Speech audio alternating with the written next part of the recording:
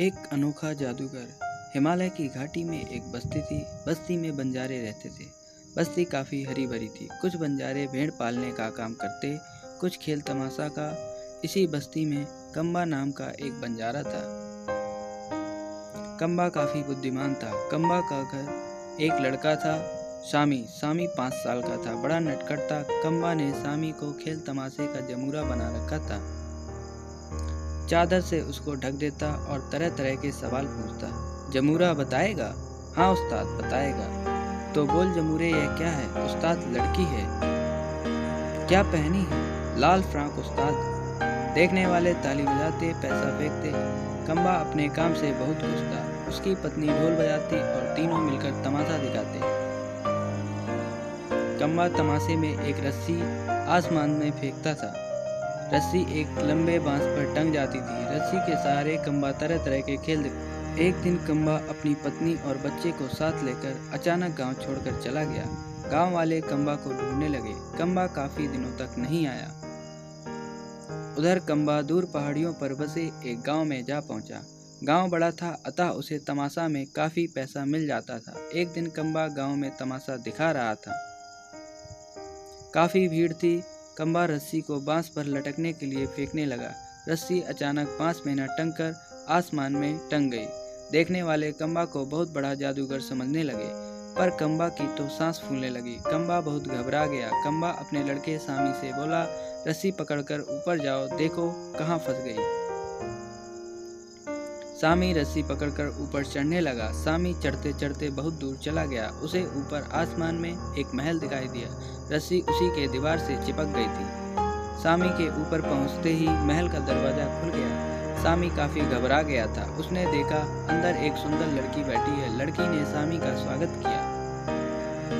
लड़की ने कहा, डरो मत, मैं परी हूँ। परी? सामी बोला, कैसी परी? लड़की ने कहा, तुम बुद्धू हो, चलो बताती हूँ। परी सामी को अपने कमरे में ले गई। कमरा बहुत सुंदर था। उससे इस तरह की सुगंध आ रही थी, सामी देखता ही रह गया। सामी ने परी से कहा, मुझे बहुत जोर की भूख लगी है। उसके कहते ही सोने की थाली में पूड़ी और खीर आ गई। सामी खाने लगा। अभी खा रहा था कि उसे बांसुरी की आवाज सुनाई दी। सामी उठ गया। जिधर से आवाज आ रही थी उधर गया। देखता क्या है कि सोने की बांसुरी दीवार पर टंगी है, अपने आप बज रही है। सामी ने परी से पूछा, यह अपने आप क्यों बजती है? जब नीचे घाटियों में फूल खिलते हैं तो यह अपने आप बजती है, परी ने उत्तर दिया। सामी देर तक वहीं खड़ा रहा। वह सोच रहा था, यह बांसुरी मुझे मिल जाती तो बजाता। परी उसके मन की बात जान गई। परी ने कहा, देखो तुम इसे ले लो, पर बहुत कीमती है। सामी ने कहा, मैं गरीब बंजारे का लड़का हूँ, मेरे पास कुछ नहीं है। मेरे माँ बाप नीचे खड़े हैं, रो रहे होंगे। मुझे नहीं चाहिए सोने की बांसुरी, मुझे नीचे जाने का रास्ता बताओ। परी उसके गाल थपथपाने लगी। प्यार करते हुए बोली, मुझे पैसे नहीं चाहिए, तुम ले लो इसे। तुम जब भी इसे बजाओगे रंग बिरंगे फूल खिलेंगे। और यह लो एक सीटी, जब तुम इसे बजाओगे मैं आ जाऊंगी। तुम मुझसे जो मांगोगे मैं दूंगी, पर मुझे कोई देख नहीं सकेगा। सामी सीटी और बांसुरी पाकर बहुत खुश हुआ। उसने सीटी को ज्यों ही बजाया तो उसे लगा वह तो जमीन पर खड़ा है। उसे देखते ही उसकी माँ ढोलक जोर जोर से बजाने लगी। कम्बा भी बहुत खुश हो गया। कम्बा अब सामी और अपनी पत्नी को लेकर अपनी बस्ती में आ गया। सबने कम्बा का स्वागत किया। सामी जब बांसुरी बजाता तो फूल खिलते।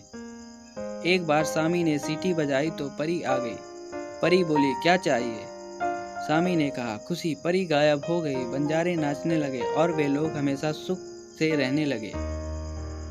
और ऐसी स्टोरी के लिए please like, share and subscribe.